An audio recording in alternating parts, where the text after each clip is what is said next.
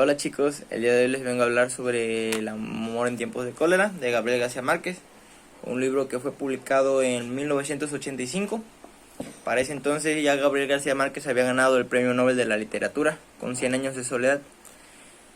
Bueno, la historia del libro más o menos se desarrolla entre los años de a finales de 1800 y a inicios de 1900.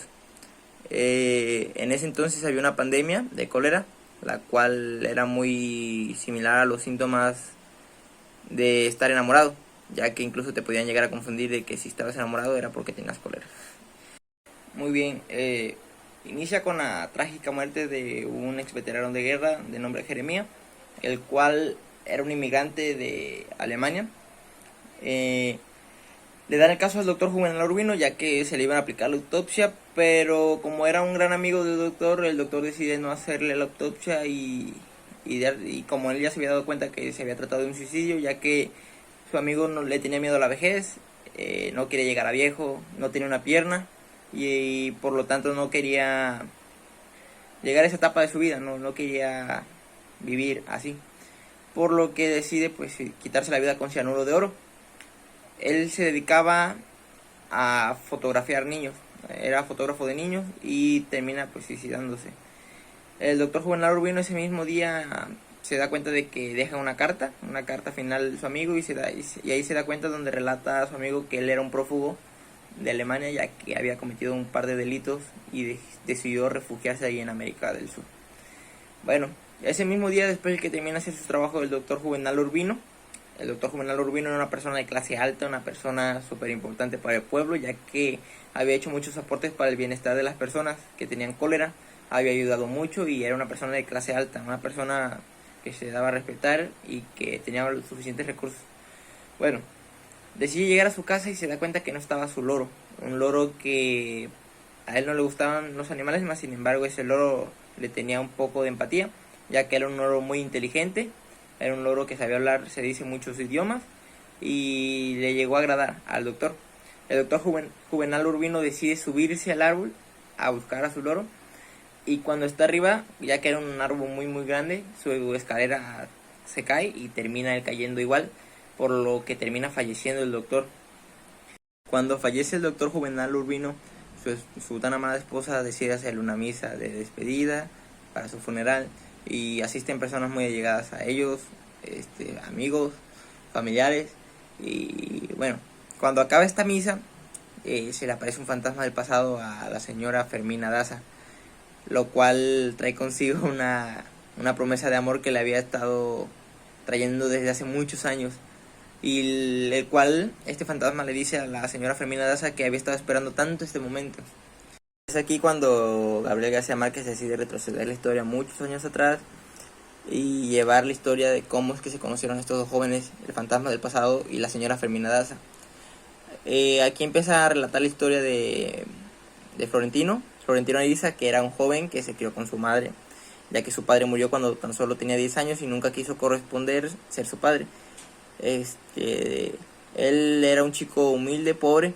Su mamá desempeñaba el rol de telegrafista, trabajaba en un telégrafo y decide mandar a este muchachito a enviarle una carta al señor Lorenzo Daza, a la casa de este señor, por lo que decide ir Florentino Ariza y es ahí cuando se percata que el señor Lorenzo Daza tenía una hija llamada Fermina Daza.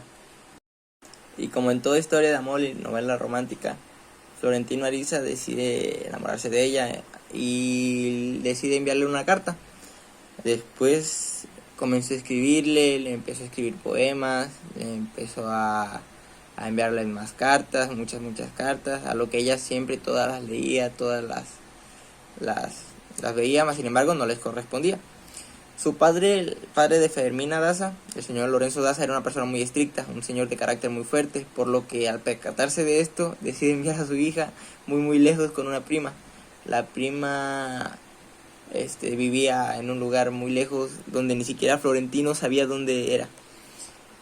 Más sin embargo, Florentino le siguió escribiendo, le siguió enviando cartas, y su prima siempre fue de gran ayuda para Florentino, ya que ella le hacía llegar las cartas a su prima, a Fermina Daza. Después de que pasa un año que está allá, decide regresar la muchacha, y ya un poco más sofisticada, un poco mejor, y decide rechazar a Florentino. Lo rechaza por completo. Básicamente Florentino, cuando se percata que vuelve a regresar, decide negarlo, decide rechazarlo, y su padre le concede básicamente todos los derechos de la casa. O sea, su poder que tenía el padre se los cede a su hija, ya que la veía un poco más madura, la veía un poco más sofisticada. Cuando por fin regresa, Fermina Daza decide completamente rechazar a Florentino Ariza. Le dice que lo de él y ella nunca sucedió, que le regresa todas sus cartas, que le había escrito un montón de cartas, montañas de cartas, poemas, todo se lo decide regresar. Le dice que entre él y ella no hay nada y nunca pasó nada. Por lo que ella decide casarse con el doctor Juvenal Urbino, un doctor que, para ser verdad, era muy conocido, popular y tenía muy buenos recursos, a lo que su padre de ella estaba muy encantado, muy fascinado. Se van de luna de miel a París, y es cuando tienen su primer hijo, es cuando tienen su primer niño. Ella se embaraza estando en su luna de miel y tienen a su primer niño. Para esto Florentino Ariza pues vive un poco, quizá, no lo sé, preocupado porque no tenía nada, simplemente tenía a su madre. Y es aquí cuando decide trabajar con su tío Don León VII, el cual está encargado de la compañía fluvial del Caribe, en la cual pues básicamente es de barcos. Por lo tanto decide empezar ahí a trabajar Florentino. En su primer día de trabajo, Florentino fue violado. Básicamente el libro describe que una mano salió de un camarote y entre la oscuridad lo desnuda y lo viola.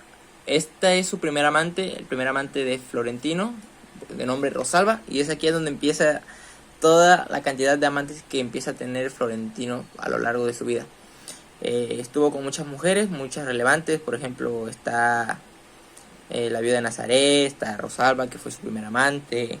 También está Sara Noriega, que era una señora casada, que más sin embargo, cuando su marido se da cuenta y se percata de que lo está haciendo infiel, decide asesinarla.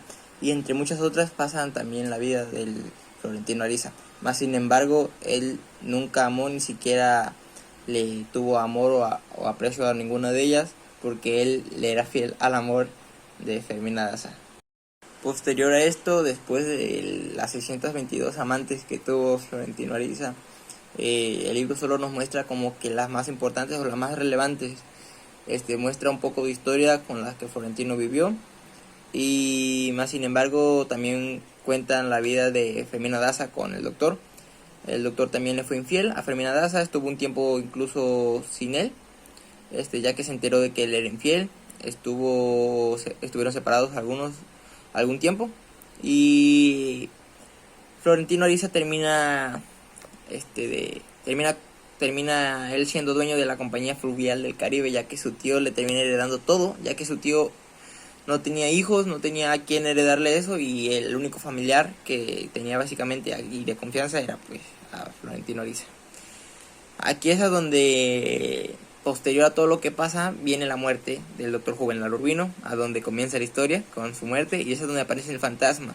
Y es aquí donde empiezan a contar la historia de amor de estos dos señores ya grandes, de aproximadamente 55 años, la cual empiezan a amarse y empiezan a quererse, y empieza a contar la historia de cómo es que termina esta bonita historia de amor. La verdad se los recomiendo mucho, a mí me gustó, de verdad me gustó demasiado.